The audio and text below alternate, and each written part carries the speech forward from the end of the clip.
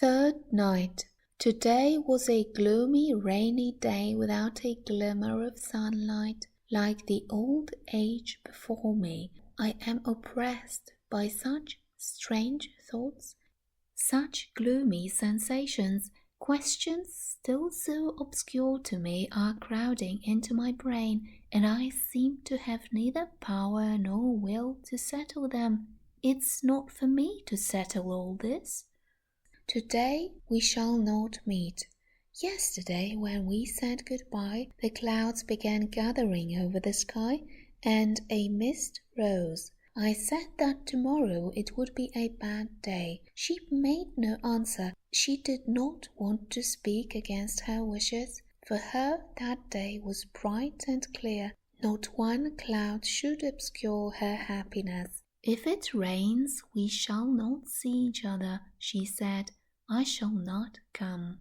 I thought that she would not notice today's rain, and yet she has not come. Yesterday was our third interview, our third white night. But how fine joy and happiness makes anyone, how brimming over with love the heart is. One seems longing to pour out one's whole heart. One wants everything to be gay, everything to be laughing, and how infectious that joy is. There was such a softness in her words, such a kindly feeling in her heart towards me yesterday. How solicitous and friendly she was, how tenderly she tried to give me courage. Oh, the coquetry of happiness, while I took it all for the genuine thing. I thought that but my God, how could I have thought it? How could I have been so blind when everything had been taken by another already, when nothing was mine, when, in fact, her very tenderness to me, her anxiety, her love, yes, love for me, was nothing else but joy at the thought of seeing another man so soon, desire to include me too in her happiness. When he did not come, when we waited in vain, she frowned, she grew timid and discouraged. Her movements, her words were no longer so light, so playful, so gay, and, strange to say, she redoubled her attentiveness to me, as though instinctively desiring to lavish on me what she desired for herself so anxiously if her wishes were not accomplished. My Nastenka was so downcast, so dismayed, that I think she realized at last that I loved her, and was sorry for my poor love. So, when we are unhappy, we feel the unhappiness of others more. Feeling is not destroyed, but concentrated. I went to meet her with a full heart, and was all impatience. I had no presentiment that I shall feel as I do now, that it would not all end happily. She was beaming with pleasure. She was expecting an answer. The answer was himself. He was to come, to run at her call. She arrived a whole hour before I did. At first she giggled at everything, laughed at every word I said. I began talking, but relapsed into silence. Do you know why I am so glad? She said. So glad to look at you? Why I like you so much today? Well, I asked, and my heart began throbbing. I like you because you have not fallen in love with me. You know that some men in your place would have been pestering and worrying me, would have been sighing and miserable, while you are so nice. Then she wrung my hand so hard that I almost cried out. She laughed. Goodness, what a friend you are, she began gravely a minute later. God sent you to me. What would have happened to me if you had not been with me now? How disinterested you are, how truly you care for me. When I am married, we will be great friends, more than brother and sister. I shall care almost as I do for him. I felt horribly sad at that moment, yet something like laughter was stirring in my soul. You are very much upset, I said. You are frightened. You think he won't come. Oh dear, she answered. If I were less happy, I believe I should cry at your lack of faith, at your reproaches. However, you have made me think and have given me a lot to think about, but I shall think later. And now I will own that you are right. Yes, I am somehow not myself. I am all suspense, and feel everything as it were too lightly. But hush, that's enough about feelings. At that moment we heard footsteps, and in the darkness we saw a figure coming towards us. We both started. She almost cried out. I dropped her hand and made a movement as though to walk away, but we were mistaken. It was not he. What are you afraid of? Why did you let go of my hand? She said, giving it to me again. Come, what is it? We will meet him together. I want him to see how fond we are of each other. How fond we are of each other, I cried. Oh, Nastenka, Nastenka, I thought, how much you have told me in that saying. Such fondness at certain moments makes the heart cold and the soul heavy. Your hand is cold, mine burns like fire. How blind you are, Nastenka. Oh, how unbearable a happy person is sometimes. But I could not be angry with you. At last my heart was too full. Listen, Nastenka, I cried. Do you know how it has been with me all day? Why, how? Tell me quickly. Why have you said nothing all this time? To begin with, Nastenka, when I had carried out all your commissions, given the letter, gone to see your good friends, then I went home and went to bed. Is that all? She interrupted, laughing. Yes, almost all, I answered, restraining myself, for foolish tears were already starting into my eyes. I woke an hour before our appointment, and yet, as it were, I had not been asleep. I don't know what happened to me. I came to tell you all about it, feeling as though time were standing still, feeling as though one sensation, one feeling must remain with me from that time forever, feeling as though 1 minute must go on for all eternity, and as though all life had come to a standstill for me. When I woke up, it seemed as though some musical motive long familiar, heard somewhere in the past, forgotten and voluptuously sweet, had come back to me now. It seemed to me that it had been clamoring at my heart all my life, and only now. Oh, my goodness, Nastenka interrupted. What does all that mean? I don't understand a word. Ah, Nastenka, I wanted somehow to convey to you that strange impression. I began in a plaintive voice, in which there still lay hid a hope, though a very faint one. Leave off, hush, she said, and in one instant the sly puss had guessed. Suddenly she became extraordinarily talkative, gay, mischievous. She took my arm, laughed, wanted me to laugh too, and every confused word I uttered evoked from her prolonged, ringing laughter. I began to feel angry. She had suddenly begun flirting. Do you know, she began, I feel a little vexed that you are not in love with me. There's no understanding human nature, but all the same, Mr. Unapproachable, you cannot blame me for being so simple. I tell you everything. Whatever foolish thought comes into my head. Listen, that's 11, I believe, I said as the slow chime of a bell rang out from a distant tower. She suddenly stopped, left off laughing, and began to count. Yes, it's 11, she said at last in a timid, uncertain voice.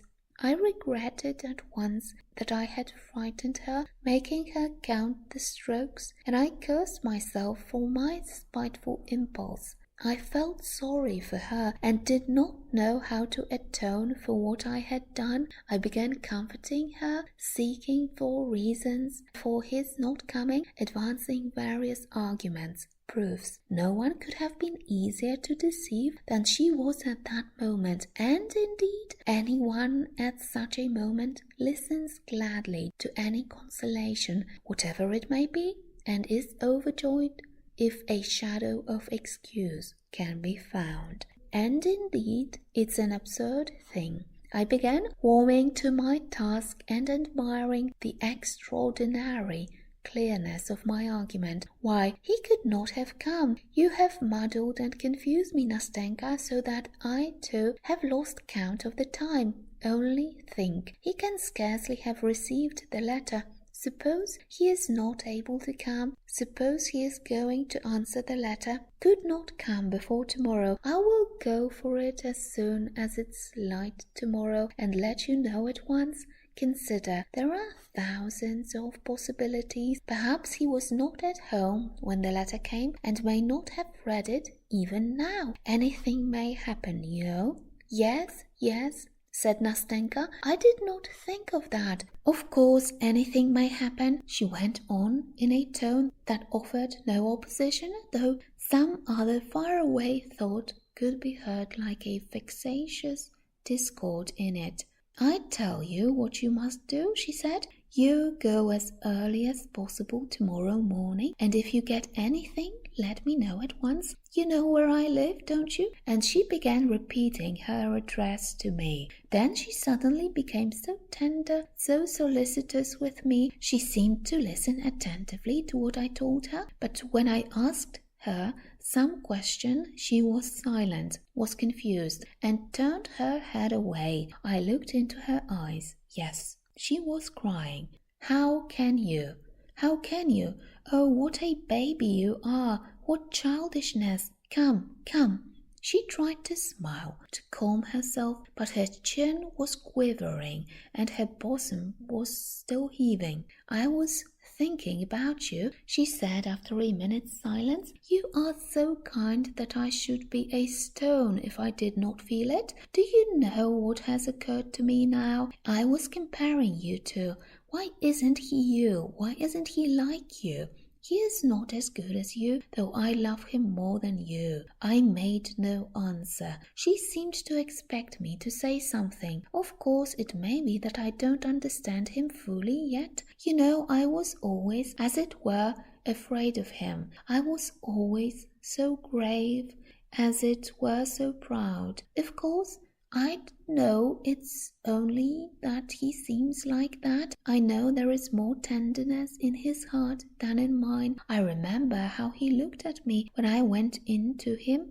Do you remember? With my bundle. But yet I respect him too much. And doesn't that show that we are not equals? No, Nastenka, no, I answered. It shows that you love him more than anything in the world, and far more than yourself. Yes, supposing that is so, answered Nastenka naively. But do you know what strikes me now? Only I am not talking about him now, but speaking generally. All this came into my mind some time ago. Tell me, how is it that we can't all be like brothers together? Why is it that even the best of men always seem to hide something from other people and to keep something back? Why not say straight out what is in one's heart when one knows that one is not speaking idly? As it is, everyone seems harsher than he really is, as though all were afraid of doing injustice to their feelings by being too quick to express them. Oh, Nastenka, what you say is true, but there are many reasons for that, I broke in, suppressing my own feelings at that moment more than ever.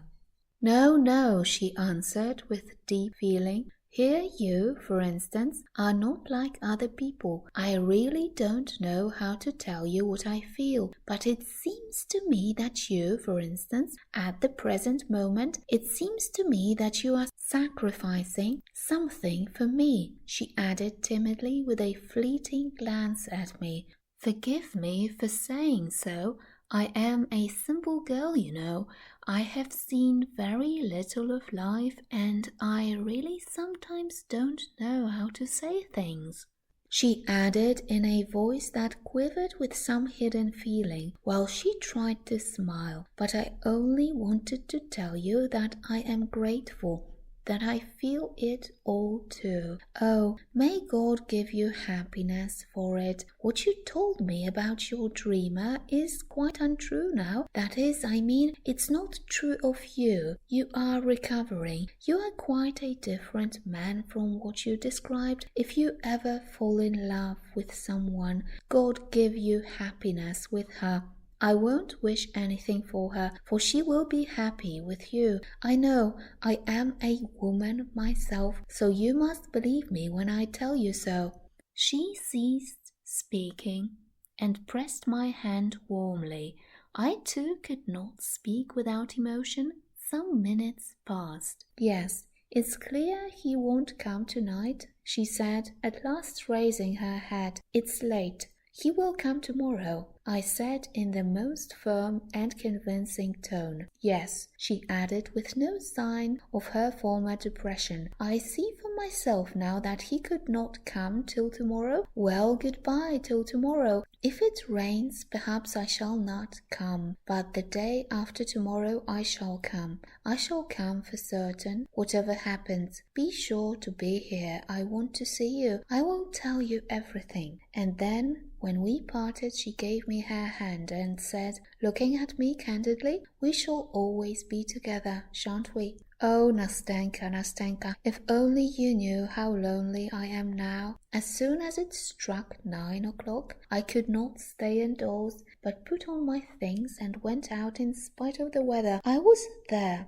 sitting on our seat. I went to her street, but I felt ashamed and turned back without looking at their windows when I was 2 steps from her door. I went home more depressed than I had ever been before. What a damp, dreary day! If it had been fine, I should have walked about all night. But tomorrow she will tell me everything. The letter has not come today, however, but that was to be expected. They are together by now.